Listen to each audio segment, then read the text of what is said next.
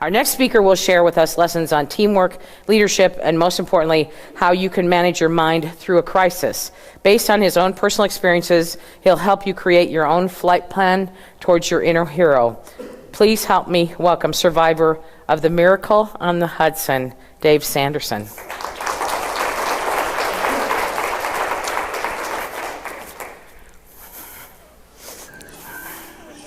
Tonight, Miracle on the Hudson, a jetliner filled with passengers crashes in the frigid waters off Manhattan, and everyone on board survives. U.S. Airways Flight 1549 had just taken off from LaGuardia Airport. A flock of birds knocking out both of the plane's engines. Cactus 1549, Cactus 1529, turn right 280, you land runway 10. I can't do it. Even without power, though, the pilots managed to maneuver the Airbus A320 northward over the Bronx, make a sharp turn south, then follow the Hudson River alongside Manhattan Island, losing altitude along the way, and finally coming to rest on the river. The plane then skimmed across the water 100 yards or more before coming to a rest just off Midtown Manhattan. Many passengers didn't think they'd make it. One man turned his cell phone on so his body could be found with the phone's GPS. A woman left a message for her husband. Tell the kids I love them. Joining me now is David Sanderson. He was one of the last passengers out of the plane. I understand you were actually in the plane after it landed for 7 minutes. Was it filling up with water? Yeah, once we got everybody out, I stood in the plane to make sure everybody was out. And it was filling up pretty rapidly, and it got up to about waist level. And then when everybody was out in the lifeboats, I then stepped out on the edge there, and it was about knee deep at that point, and I just jumped in and started trying to swim to the first port I could find. Chesley B. Sullenberger III, a former fighter pilot, used 40 years of experience to somehow land the powerless plane on the icy waters of the Hudson River, a feat that's being called a miracle. Take me inside the plane, take me inside as this plane impacts on the water. What was going on inside? No, it was stone quiet in there, which was amazing to me, because I don't think anybody cross-referenced what was going on. And I think that was a saving grace. And I just want to say, I admire your skills. I honor the way you managed your state. And now I do listen to the flight attendants every flight. I know exactly where everything is. I know exactly where the exits are. I know where that life is right there. I'm really proud of a dear, dear friend of mine by the name of Dave Sanderson.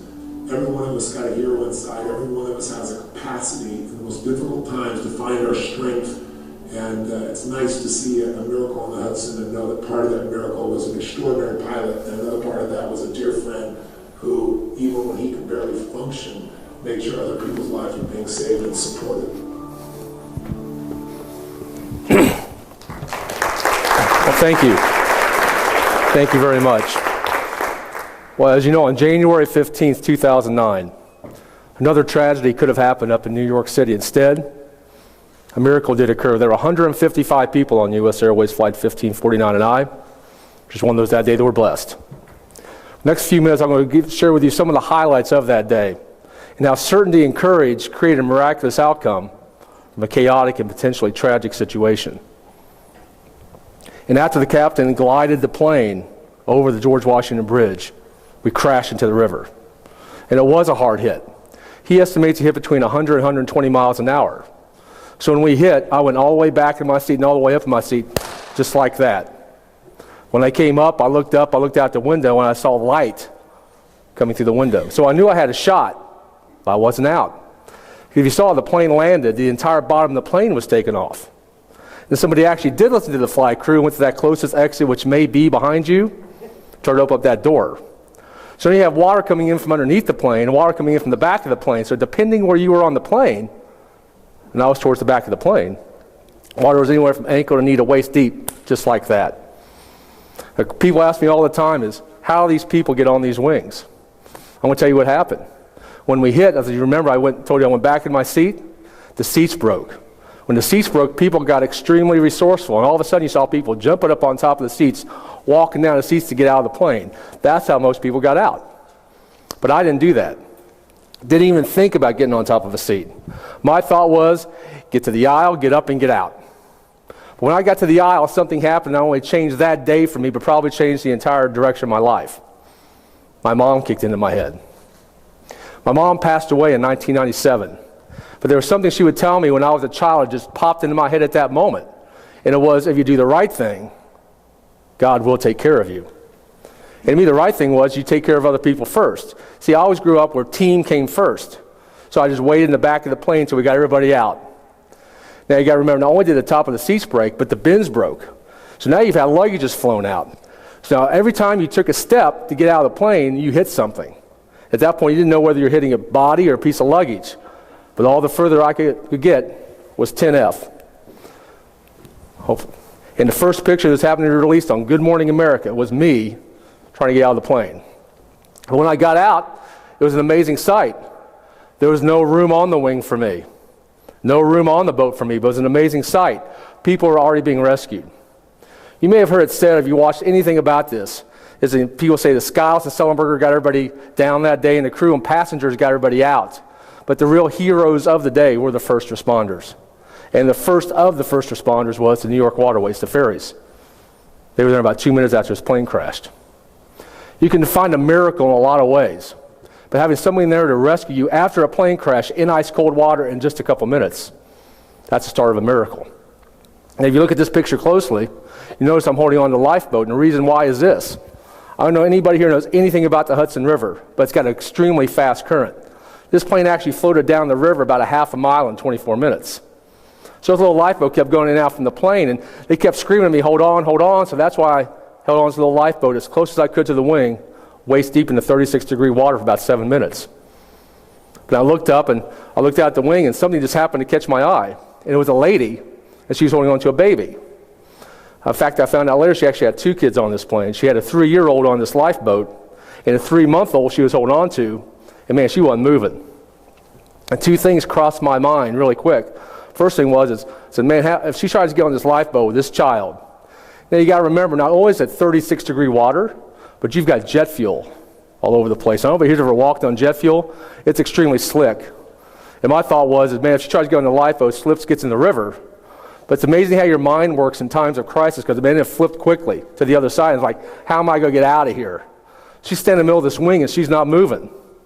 So I just did what came naturally. I yelled at her. I yelled, throw the baby, throw the baby. Now, Kaylee didn't think she was going to throw her baby. I didn't think that was probably going to be an option. But what happened, though, is I got her attention. And she looked at me. She's like, what? It's amazing where people are in times of crisis. Look at this picture closely. There's a lady with blonde hair, their head turned to the right. She just happened to be a mother of 3 from Knoxville, Tennessee. And when she heard me yell this at this lady, she looked up at the lady and said, give me the baby, give me the baby. And all of a sudden she turns, gives her the baby, gets on the lifeboat. Now people are getting off the plane, getting on the ferry. 2 years ago, that lady sent me this package. There were 2 things in this package when I first got it. First, there was a note that said, thank you for helping my family. But the second was a picture of the captain with the baby that day that was saved, as a sort of a thank you. Now, Cameron, I don't think I did anything that significant by yelling, throw the baby. I don't think that was one of my finer moments. You know? I don't think the lady from Knoxville did anything that significant. See, I think the lady who gave up her baby did something pretty significant. Because just think how much faith it had to take to give your baby up to some guy who's yelling at you and some lady you don't even know, and you give your baby up. But I'm still on the plane. And things are happening all over the place. And there's one thing about people in New York and New Jersey, is they know how to respond. See, unfortunately, they've had to respond to things before. So they don't sit around and wait for someone to say, now you go do this. They just go and do it. And one of those guys happened to be a tugboat captain. And I got a chance to talk to him a couple of years ago. Heard his story. It was pretty cool. He said he heard the all call go out. He was going to bring his tugboat out, and he had a plan. And his plan was he was going to throw a rope to this lifeboat, try to pull the lifeboat out of the way to clean up the situation, which was a great plan. What he wasn't planning on is people standing on a wing. So there's no way he could get across the wing. So he got beeped out. The boats are coming in. So he starts backing his tugboat out. And when he does that, he hits the front of the plane.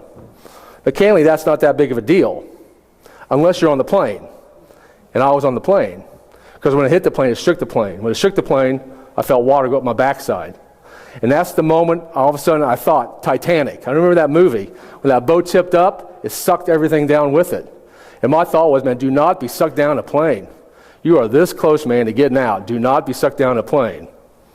So I always stop here and I thank my mom and my dad.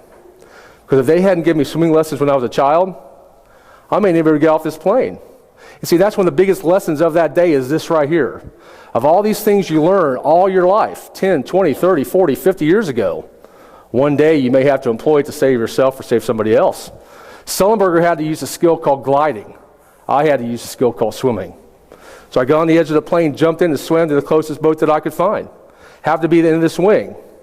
When I got there, all of a sudden I'm there, and now they're yelling, you got to climb, you got to climb. When I yelled up, I can't. Then my mom kicked into my head again. Because the word my mom hated most in life was the word can't. See, when I was a child, if you said, I can't to my mom, she said, if you can't, you must do it. She made you do it. So I never said it to my mom, but I said it. So I got one arm up, felt somebody grab it. Got the other arm up, felt somebody grab it. To this day, I do not know who these two gentlemen are. And they pulled me on the ferry. And that's how I got off the plane. Now think back to 2009. Go back in your head. There wasn't a lot of positive things happening in this country. Sort of like today. But all of a sudden you have a captain, a crew, and a set of passengers that did something that never had been done in the history of aviation.